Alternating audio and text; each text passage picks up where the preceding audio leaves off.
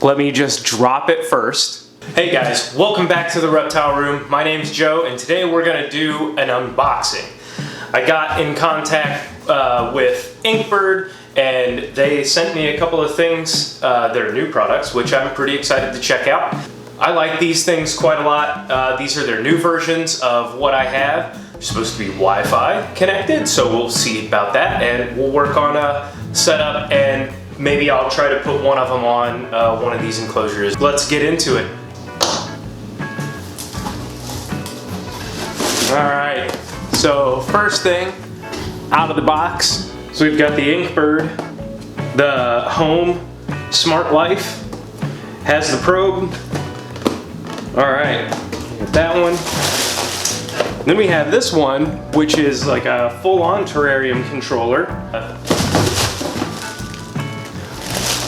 Let me just drop it first. Jeez, alright. This is a terrarium one. This I am pretty excited about as well. I'm actually pretty excited about both. Just so you're aware, it is the ITC-308 Wi-Fi.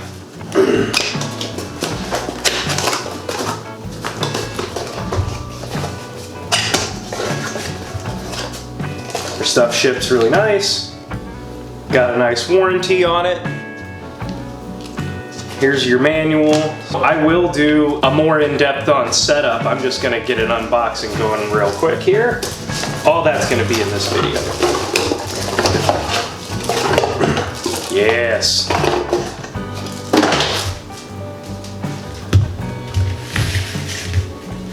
All right.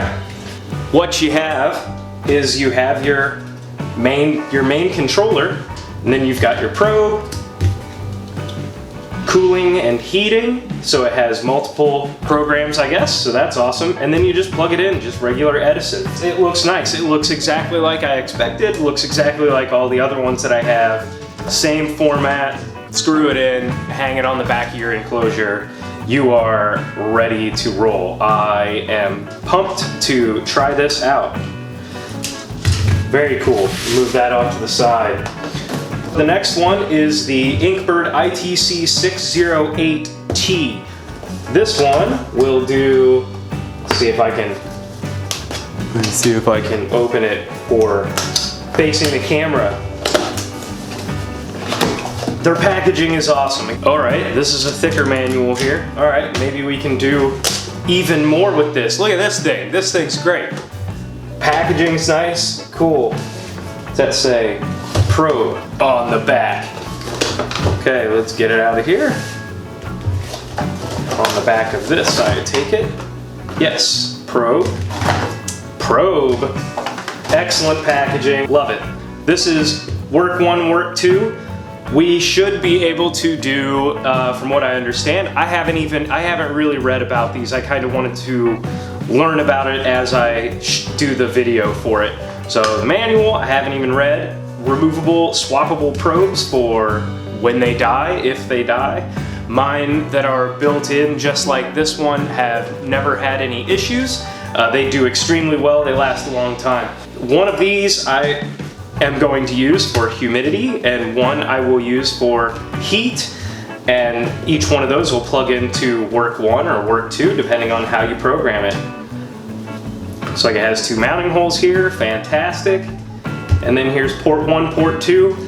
I'm gonna go ahead and guess that you plug one of these in, you know, whichever one to port 1, and as you're programming, it'll work you through that. So that all looks super cool. I am excited to try these out. I will give you a demonstration of how this one will work once I get it set up on an enclosure.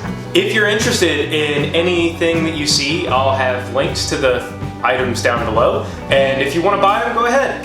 They're pretty affordable, that's why I like them. I like these little plugs here to keep these covered. If you decide not to use them, you won't get a ton of dirt in there. I really like that. So I think we're all set up. I'm gonna go ahead and plug it in. I went ahead and plugged these in before I plugged it into the wall because I didn't want to power surge them.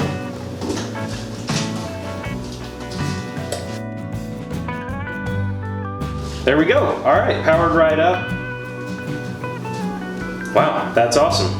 I don't even have to tell it which one is which. P1 is our temperature. P2 is our humidity. So I plugged this in. Looks like it's already gonna start.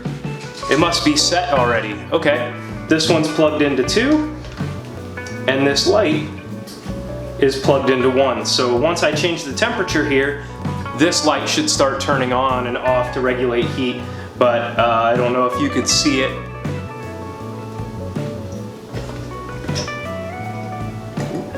Well, it looks like it's working, so we'll hold this. I'm gonna guess it works the same as the other one. So it's gonna heat it up to 80. It's showing that it's low right now. This back here is fogging. I'm gonna hold this over here. Now you see them both going up. Okay, so the fogger just turned off. You can tell by this light, and the light just turned off. Now, when they go back, they'll turn back on. And that's the basics of how to set it up. So now you can figure out, now you use this to put in your enclosure to control extra basking area and extra humidity in the closure to keep every animal you have just nice and chill. Give this just a second. There it goes. This just kicked back on. See, there's our little blue light. And now I bet that this will start to cool back down and turn off or turn back on here in just a second.